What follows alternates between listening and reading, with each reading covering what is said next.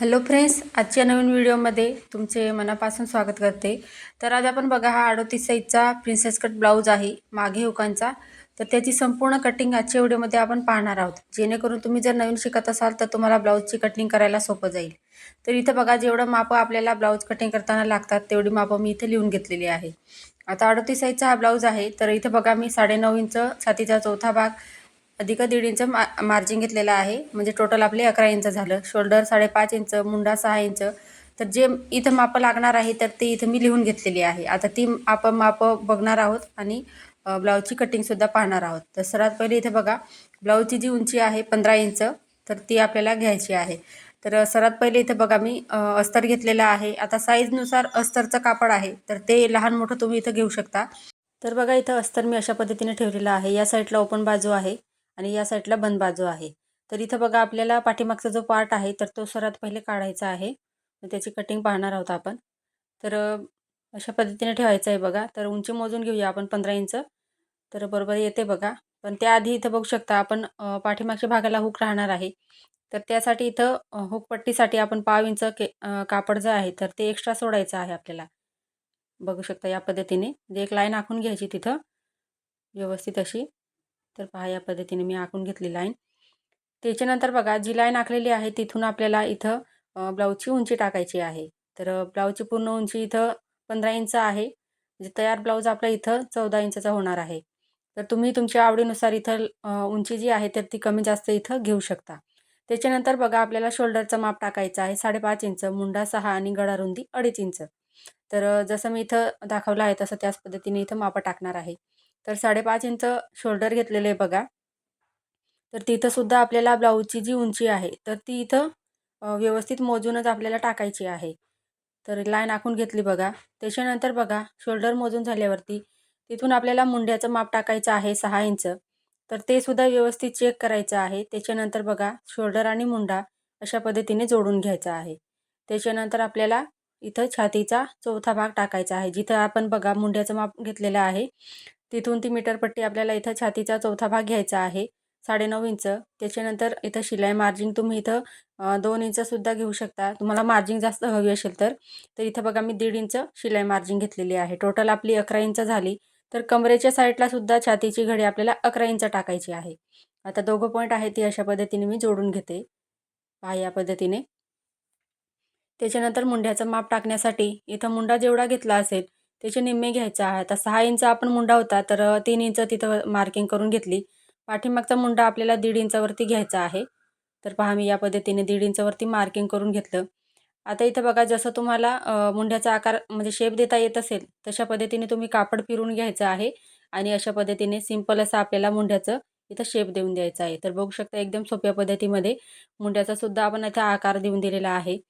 त्याच्यानंतर गळारुंदी बघा, पाठीमागच्या भागासाठी सुद्धा 2.5 इंच घ्यायची आहे आणि गळ्याची जी लांबी आहे मागच्या भागाची, तर तुम्ही तुमच्या आवडीनुसार इथं कमी जास्त घेऊ शकता.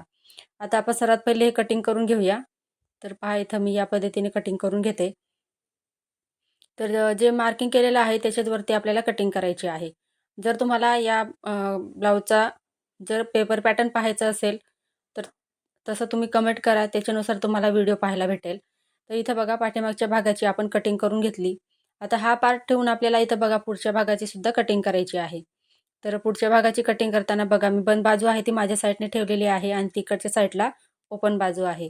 तर इथं बघा, सर्वात पहिले काय करायचं आहे बघा, खालून आपल्याला 1 इंचावरती मार्किंग करायचं आहे. कारण पाठीमागच्या भागापेक्षा पुढचा जो पार्ट असतो आपला तर तो 1 इंच जास्त असतो. तर त्यासाठी 1-1 इंच असं मार्किंग करून खालच्या साईडला ब्लाऊजची उंची वाढवून घ्यायची आहे पुढच्या भागामध्ये.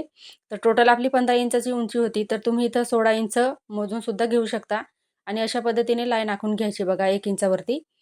त्याच्यानंतर काय करायचं बघा, जो पाठीमागचा पार्ट आहे तर तो इथं बघा, जी 1/2 इंच एक्स्ट्रा आपण पट्टी सोडलेली होती, म्हणजे ही बघा हुक पट्टी, तर तिला सोडून मी पुढे पार्ट ठेवलेला आहे. तर बघा, इथं या पद्धतीने जसं मी तुम्हाला व्हिडिओमध्ये दाखवते आहे सेम त्याच पद्धतीने तुम्ही सुद्धा हा पार्ट तसा ठेवायचा आहे. आता बघा, इथं पुढची स्टेप आहे तर ती जो आपण पाठीमागचा पार्ट ठेवलेला आहे तर तो जसा न तसा इथं आपल्याला आखून घ्यायचा आहे. अशा पद्धतीने बघा, जसा आहे तसा आखून घ्यायचा आहे. तर पहा, इथं या पद्धतीने म्हणजे आपलं पुढचा आणि पाठीमागचा पार्ट इथं सारखा कटिंग होतो, तर त्यासाठी इथं व्यवस्थित असा आखून घ्यायचा आहे. तर बघा मी या पद्धतीने लाईन आखून घेतलेली आहे. तर हे आपण इथं पाठीमागचा पार्ट होता जसा होता तसा इथं पहिले आखून घेतला. तर इथं बघा मी तुम्हाला डार्क करून दाखवते म्हणजे तुम्हाला सुद्धा व्यवस्थित दिसेल ते. तर बघा असं या पद्धतीने. आता इथं जो मुंडा आहे तर तो आपण पाठीमागच्या भागाचा काढलेला आहे. तर पुढची स्टेप आपली तीच राहणार आहे, की पुढचा जो पार्ट आहे म्हणजे त्याची आपल्याला कटिंग करायची आहे. तर इथं बघा पाठीमागचा मुंडा आपल्याला आहे तसा तिथं आपण काढलेला आहे. तर पुढच्या भागाचा मुंडा घेण्यासाठी बॉक्स तयार करून घ्यायचा आहे. 6 इंच मुंडा मी मोजून घेतला. त्याच्यानंतर शोल्डर इथं खाली जेवढं होतं तेवढं मोजून घेतलेलं आहे आणि अशा पद्धतीने बॉक्स तयार करून घेतलेला आहे. आता पुढचा मुंड्याचा आकार आपल्याला 1 इंचावरती द्यायचा आहे बघा या पद्धतीने आणि सिंपल असा मुंड्याचा शेप देऊन द्यायचा आहे. तर पहा मी या पद्धतीने देऊन दिला आणि जो पाठीमागचा मुंडाचा आपण आकार होता त्याला क्रॉसची मार्किंग केलेली आहे म्हणजे कटिंग करताना आपल्याला लक्षात राहील. आता त्याच्यानंतर बघा 2.5 इंच गळा रुंदी घ्यायची आहे. आता पुढचा गळा आहे तुम्ही तुमच्या आवडीनुसार लहान मोठा इथं घेऊ शकता. तर मी पुढचा गळा आहे तो 6 म्हणजे 7 इंचावरती घेतलेला आहे. 6.5 इंच तयार गळा इथं आपला होणार आहे. तर अशा पद्धतीने पुढचा गळ्यासाठी आपण इथं बॉक्स तयार करून घेतला. त्याच्यानंतर बघा जो शेप आहे तर तो आपल्याला गळ्याचा शेप आहे तर तो तुम्ही तुमच्या आवडीनुसार इथं घेऊ शकता. तर इथं बघा पंचकोनी गळा सांगितलेला होता कस्टमरने. तर जी लाईन आखलेली आहे म्हणजे बॉक्स तयार केलेला आहे त्याच्या पुढे आपल्याला 1 इंच एक्स्ट्रा मार्जिन घ्यायची आहे आणि त्याच्यानंतर अशा पद्धतीने हा गळ्याचा शेप देऊन द्यायचा आहे. तर बघा इथे या पद्धतीने मी हा अ, गळा आखून घेतलेला आहे. त्याच्यानंतर बघा पुढच्या भागाची मार्किंग करायची आहे. तर बघा शोल्डरपासून आपल्याला खाली जो उभा टक्स असतो आपला, तर तुम्ही जो ब्लाऊजवरनं घेतला असेल तो इथं घ्यायचा आहे. तर माझ्या कस्टमरचा जो आहे ब्लाऊज त्याच्यावरनं बघा 11 इंचवरती टक्स आलेला होता. तर तो इथं उभा टक्स मी 11 इंच घेतलेला आहे. आणि जिथं 11 आलेला आहे तिथूनच बघा आडवी मार्किंग आपल्याला 4.5 इंचावरती करायची आहे. म्हणजे आडवा टक्स आपल्याला 4.5 इंच घ्यायचा आहे. तर खालीसुद्धा मोजून घेतलं बघा मी. आता लाईन आखून घेऊया अशा पद्धतीने. तर लाईन आखून घेतलेली आहे. त्याच्यानंतर बघा जी लाईन आखलेली आहे तिथून आपल्याला उलट्या हाताकडे 2.5 इंचावरती मार्किंग करायची आहे. आणि जी मार्किंग केलेली आहे त्याच्याच वरती आपल्याला उभी मार्किंगसुद्धा 2.5 इंच घ्यायची आहे. हे बघा इथं 2.5 इंच घेतलं आणि उभी मार्किंगसुद्धा 2.5 इंच घेतली. आता हा आपण पफसाठी एवढं एवढं 2.5 इंच घेतलेलं आहे. तर तिथं कमी पडायला नको जोडताना. त्यासाठी कमरेच्या साईडला सुद्धा आपल्याला मार्जिंग आहे ती 2.5 इंच घ्यायची आहे. आणि मुंड्याकडे बघा मी 1 इंच वाढवलेलं आहे. तर अशा पद्धतीने आता दोघं आपण इथे जोडून घेतलेले आहे. म्हणजे तेवढं आपलं फिटिंगमध्ये वाढणार आहे ते. आता आपल्याला इथं बघा प्रिन्सेसचा जो शेप असतो, तर तो द्यायचा आहे सर्वात पहिले. तर सिंपल असा इथं बघा या पद्धतीने थोडासा गोलाकार शेप द्यायचा आहे आणि आपल्या इथं बघा अशा पद्धतीने आपल्याला आकार द्यायचा आहे. बघू शकता तुम्ही. तर या पद्धतीने आपण शेप देऊन दिलेला आहे. त्याच्यानंतर बघा हा आपण उंची आहे तर ती पाठीमागच्या भागाची होती.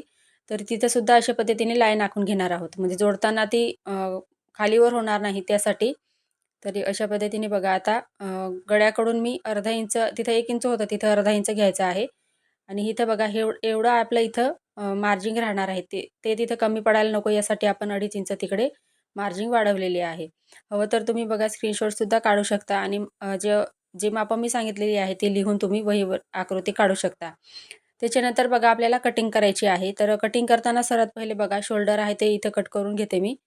त्याच्यानंतर आपल्याला पुढच्या मुंड्याचा आकार इथं कटिंग करायचा आहे. अशा पद्धतीने.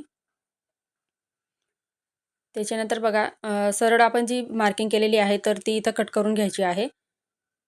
पहा या पद्धतीने जसं दाखवता आहे तसं. त्याच्यानंतर बघा हा आपण इथं पाठीमागच्या भागाची ती उंची होती. तर ती आणि या म्हणजे पुढच्या भागाची उंची फिटिंग करताना सारखी यावी यासाठी अशा पद्धतीने कटिंग करायची आहे पुढच्या भागाची. आणि जी आपण गळ्याची साईड आहे तर तिथे सुद्धा अर्धा इंच वरती मार्किंग केलेली होती. तर ती सुद्धा मी इथं कट करून घेतलेली आहे. तर इथं बघा ब्लाऊजला पफ येण्यासाठी मध्ये आपण 2.5 इंचावरती जे मार्किंग केलेलं होतं ते इथं मी कट करून घेते ते. तर अशा पद्धतीने ते कटिंग करून घ्यायचं आहे. त्याच्यानंतर प्रिन्सेसचा जो शेप आहे तर तो जसा आहे तसा कटिंग करायचा आहे बघा. म्हणजे ते ब्लाऊज घातल्यावरती एकदम परफेक्ट असा येतो. तर बघा इथं पुढच्या भागाची सुद्धा आपली कटिंग झालेली आहे. आता बाहीची कटिंग पाहूया आपण. तर बाहीसाठी इथं बघा जो कापड उरलेला आहे त्याच्यातच आपल्याला कटिंग करायची आहे. तर स्लीव जी आहे तर त्या इथं साईज म्हणजे लहान आहे त्या, लाँग नाही. त्यासाठी मी इथं या कापडामध्ये आपली बरोबर आपली इथं कटिंग होणार आहे. तर त्यासाठी या अशा पद्धतीने 4 पदरी घडी घालून घ्यायची आहे अस्तरची आपल्याला.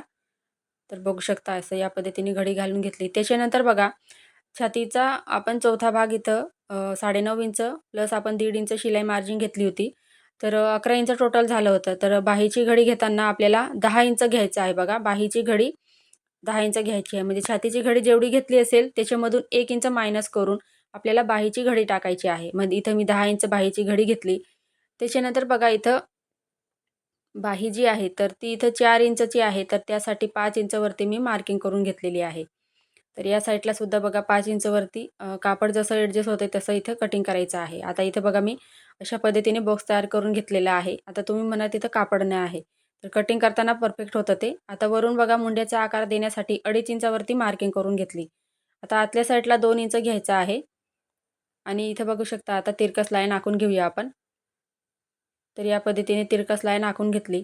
त्याच्यानंतर बघा आपल्याला 3 पॉईंट घ्यायचे आहे 2-2 इंचाचे. तर बघा या पद्धतीने मी 3 पॉईंट घेऊन घेतले. त्याच्यानंतर पुढचा जो पॉईंट आहे त्याला खाली अर्धा इंच आणि वरचे जे 2 आहेत त्यांना वरच्या साईडला अर्धा इंच घ्यायचा आहे. अशा पद्धतीने बघा. आता सिंपल असा आपल्याला मुंड्याचा शेप द्यायचा आहे. तर हा जो शेप देतो आपण तर तो पुढच्या भागाचा आहे बघा. तर अशा पद्धतीने त्याला आकार द्यायचा आहे आणि हा झाला आपला पाठीमागचा मुंड्याचा आकार.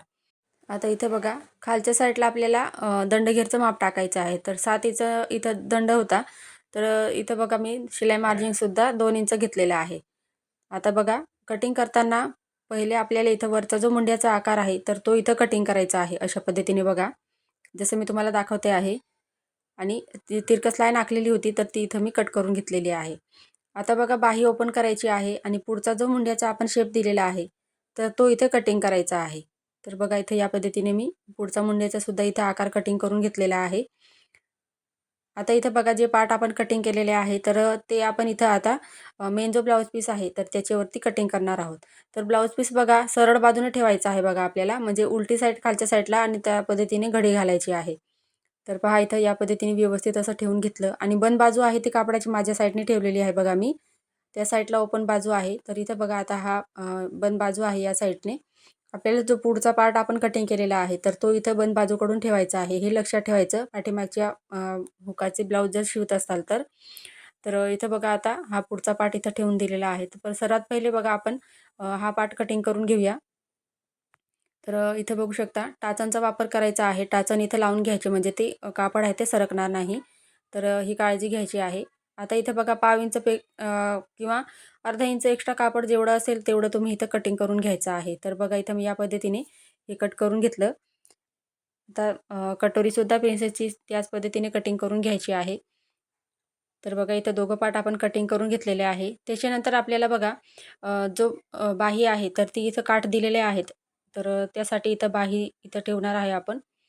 तर बाही इथं व्यवस्थित ठेवून घेतली आणि तिलासुद्धा व्यवस्थित टाचांचा वापर करून पॅक करून घ्यायचा आहे. म्हणजे ते कटिंग करताना हलणार नाही त्यासाठी. बाहीसुद्धा कट करून घेतली. त्याच्यानंतर बघा आपल्याला इथं पुढचा जो आपला पाठीमागचा पार्ट बाकी आहे तर तो इथं कटिंग करायचा आहे. तर इथं ॲडजस्ट होतोय तो. तर इथं मी कट करून घेते तो. बघू शकता इथं व्यवस्थित असं कटिंग करून घेते. अस्तर आहे ते बघा ब्लाऊज पीसवरती ठेवताना आपल्याला पाव इंच किंवा अर्धा इंच एक्स्ट्रा कापड सोडून कटिंग करायची आहे. म्हणजे आपल्याला अस्तर जोडताना सोपं जातं. तर फ्रेंड्स तुम्हाला आजचा व्हिडिओ कसा वाटला कमेंटमध्ये मला नक्की सांगा. चॅनलवर नवीन असाल तर चॅनलला सबस्क्राईब करायला विसरू नका जेणेकरून नवीन व्हिडिओ सर्वात पहिले तुमच्याजवळ पोहोचेल. पुढचा व्हिडिओ तुम्हाला कोणत्या टॉपिकवर पाहायचा आहे ते सुद्धा मला कमेंटमध्ये नक्की सांगा. या ब्लाऊजचा तुम्हाला स्टिचिंगचा व्हिडिओ पाहायचा असेल तर कमेंटमध्ये मला नक्की सांगा. आजचा व्हिडिओ पूर्ण पाहिल्याबद्दल तुमचे मनापासून खूप खूप धन्यवाद.